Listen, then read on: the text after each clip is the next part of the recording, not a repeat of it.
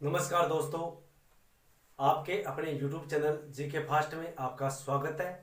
दोस्तों, हम राजस्थान में राजनीतिक व सामाजिक जागरण के बारे में बात कर रहे थे, जिसमें पिछले वीडियो में हमने राजस्थान सेवा संघ, राजपूताना मध्य भारत सभा, विद्या प्रचारणी सभा जैसे कुछ राजनीतिक संगठनों के बारे में चर्चा की थी।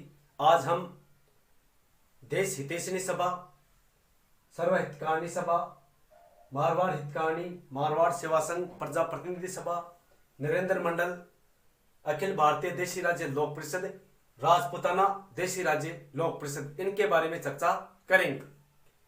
तो दोस्तों, सबसे पहले अपन राजस्थान सेवा संघ के बारे में पिछले वीडियो में हमने चर्चा की थी। आज हम सर्व हितकारिणी सभा, जो कुछ सभाएं हैं उनके बारे में चर्चा करेंगे। सबसे पहले सर्व हितकारिणी सभा। सर्व हितकारिणी सभा की स्थापना 1907 में हुई थी। कब हुई थी? 1907 में हुई थी। इसे चूरू की कांग्रेस भी कहते हैं। क्या कहते हैं? चूरू की कांग्रेस कहते हैं। इसके स्थापना 1907 में स्वामी गोपालदास, पंडित कन्हैयालाल, पंडित श्री राम मास्टर यानी पंडित श्री राम मास्टर के द्वारा 1907 में सर्व हितकारिणी सभा की स्थापना की गई थी, जिसे चूरू की कांग्रेस भी कहते हैं। इसमें मुख्य जो व्यक्ति आता है सर्व हितकारिणी सभा का, वो है स्वामी गोपालदास। इसके जो अन्य सदस्य पंडित कन्हैयालाल और पंडित श्रीराम मास्टर। उसके बाद बात आती है मारवाड़ हितकारिणी सभा। मारवाड़ हितकारिणी सभा की स्थापना 1918 में हुई थी। कब हुई थी? 1918 में हुई थी। चांदमल सुराणा ने इसकी स्थापना 1918 में की थी। उसके बाद धीरे धीरे ये संघ, जो ये संस्था थी, ये 1920 के लगभग निष्क्रिय हो गई थी। फिर 1923 में सर्व मारवाड़ हितकारिणी सभा का पुनर्गठन किया गया था। 1923 में इसका क्या हुआ था? पुनर्गठन किया गया था, जिसमें चांदमल सुराणा को अध्यक्ष बनाया गया था। 1923 में जब इसका पुनर्गठन हुआ तो चांदमल सुराणा को इसका अध्यक्ष बनाया गया और किशनलाल बापना को इसका मंत्री बनाया गया था। तो क्वेश्चन पूछा जाता है कि मारवाड़ हितकारिणी सभा के अध्यक्ष कौन थे? तो चांदमल सुराणा थे। चांदमल सुराणा के द्वारा 1918 में मारवाड़ हितकारिणी सभा की स्थापना हुई थी। इसके मंत्री कौन थे? किशनलाल बापना थे। फिर अगला जो संगठन आता है वो आता है मारवाड़ सेवा संघ। मारवाड़ सेवा संघ की स्थापना 1920 में हुई थी, जबकि राजस्थान सेवा संघ की स्थापना 1919 में हुई थी। मारवाड़ सेवा संघ की स्थापना 1920 में जय नारायण व्यास ने की थी। किसने की थी? जय नारायण व्यास ने की थी। इसके अध्यक्ष बने थे दुर्गा शंकर, प्रयागराज भंडारी, भंवरलाल सराफ, गिरधारी लाल। ये इस मारवाड़ सेवा संघ के अध्यक्ष बने थे। तो क्वेश्चन आपसे सीधा पूछ ले कि भंवरलाल सराफ, गिरधारी लाल का संबंध किस संस्था से था? तो मारवाड़ सेवा संघ से। मारवाड़ सेवा संघ की स्थापना 1920 में हुई थी। किसने की थी? जय नारायण व्यास ने की थी। फिर अगला जो संगठन आता है वो आता है प्रजा प्रतिनिधि सभा। प्रजा प्रतिनिधि सभा की स्थापना 1918 में हुई थी। कब हुई थी? 1918 में हुई थी, जिसकी स्थापना पंडित नैनूराम शर्मा ने की थी। किसने की थी? पंडित नैनूराम शर्मा ने की थी। कहां पर की थी? कोटा में की थी। इसका मेन उद्देश्य था कि जो नागरिकों की जो शिकायतें थी उनको महकमा खास के पास शिकायतें करनी थी। उसके बाद अगला जो संगठन आता है वो आता है नरेंद्र मंडल। नरेंद्र मंडल को द चैम्बर ऑफ प्रिंसेस भी कहा जाता है। द चैम्बर ऑफ प्रिंसेस कहा जाता है। इसकी स्थापना 1921 में हुई थी। कब हुई थी? 1921 में हुई थी। इसे एक सलाहकारी संस्था या परामर्शदात्री संस्था भी कहा जाता है। इसका ये देशी रियासतों का एक संघ था। यानी नरेंद्र मंडल कौन था? देशी रियासतों का एक संघ था। इसके प्रथम अध्यक्ष वायसराय लॉर्ड रेडिंग को बनाया गया था। क्वेश्चन पूछा जाता है कि नरेंद्र मंडल का प्रथम अध्यक्ष कौन था? तो वायसराय लॉर्ड रेडिंग था।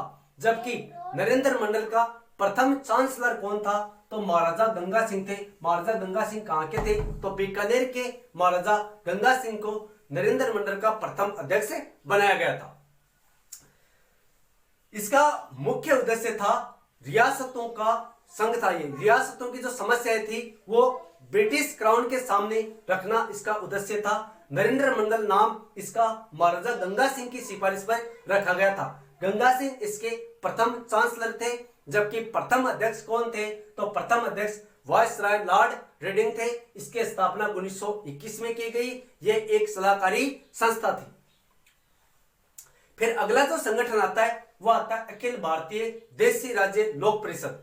अखिल भारतीय देशी राज्य लोक परिषद की स्थापना 1927 में हुई थी। कब हुई थी? 1927 में हुई थी। इसका प्रथम अधिवेशन बहुत इंपॉर्टेंट है। इसका प्रथम अधिवेशन 1927 में हुआ था। कहां पर हुआ था? बंबई में। लेकिन इसमें इसका जो प्रथम अधिवेशन वो गुजरात में होना था, लेकिन वहां पर बाढ़ आने की वजह से इसका प्रथम अधिवेशन 1927 में बंबई में बुलाया गया था। इसके जो अध्यक्ष थे वो दीवान बहादुर रामचंद्र थे। यानी जो अखिल भारतीय देशी राज्य लोक परिषद का प्रथम अधिवेशन हुआ था उसके अध्यक्ष दीवान बहादुर रामचंद्र थे। इसका हेड ऑफिस कहां था? तो इसका मुख्यालय या हेड ऑफिस बंबई में था। अखिल भारतीय देशी राज्य लोक परिषद में बहुत इंपॉर्टेंट है कि राजस्थान से कौन से सदस्य थे? तो त्रिलोक चंद्र माथुर, जो कहां से संबंधित थे? करौली से संबंधित थे। विजय सिंह पथिक, रामनारायण चौधरी, कन्हैयालाल खत्री। कन्हैयालाल खत्री कहां से थे? जोधपुर से। तो इन 4 व्यक्तियों का महत्वपूर्ण योगदान आता है अखिल भारतीय देशी राज्य लोक परिषद में। तो अखिल भारतीय देशी राज्य लोक परिषद की स्थापना कब हुई? 1927 में हुई। इसका प्रथम अधिवेशन कब हुआ था? 1927 में बंबई में। होना कहां था? गुजरात में। क्यों नहीं हुआ? वहां पर बाढ़ आ गई, तो बाढ़ की वजह से यह अधिवेशन कहां हुआ? बंबई में 1927 में हुआ था, जिसके अध्यक्षता दीवान बहादुर रामचंद्र ने की थी। हेड ऑफिस बंबई में है। इसे राजस्थान से कौन से सदस्य थे? तो त्रिलोक चंद्र माथुर करौली, विजय सिंह पथिक जिसे भूप सिंह कहते हैं, रामनारायण चौधरी, कन्हैयालाल खत्री जोधपुर, ये अखिल भारतीय देशी राज्य लोक परिषद में राजस्थान से सदस्य थे। फिर अगला जो संगठन आता है वो आता है राजपूताना देशी राज्य लोक परिषद। इसकी स्थापना 1928 में हुई थी। कब हुई थी? 1928 में। इसकी स्थापना में महत्वपूर्ण योगदान विजय सिंह पथिक, रामनारायण चौधरी, केसरी सिंह बारट और दामोदर लाल राठी के द्वारा राजपूताना देशी राज्य लोक परिषद की स्थापना 1928 में की गई।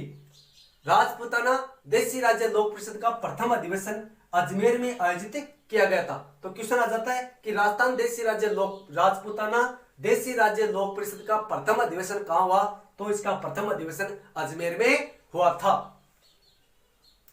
इसके सदस्य कौन कौन थे? विजय सिंह पथिक, रामनारायण चौधरी, केसरी सिंह बारट, दामोदर राठी के द्वारा 1928 में राजपूताना देशी राज्य लोक परिषद की स्थापना की गई थी। आई होप दोस्तों आपको वीडियो अच्छा लगा। तो मिलते हैं अगले वीडियो में, तब तक के लिए जय हिंद जय भारत।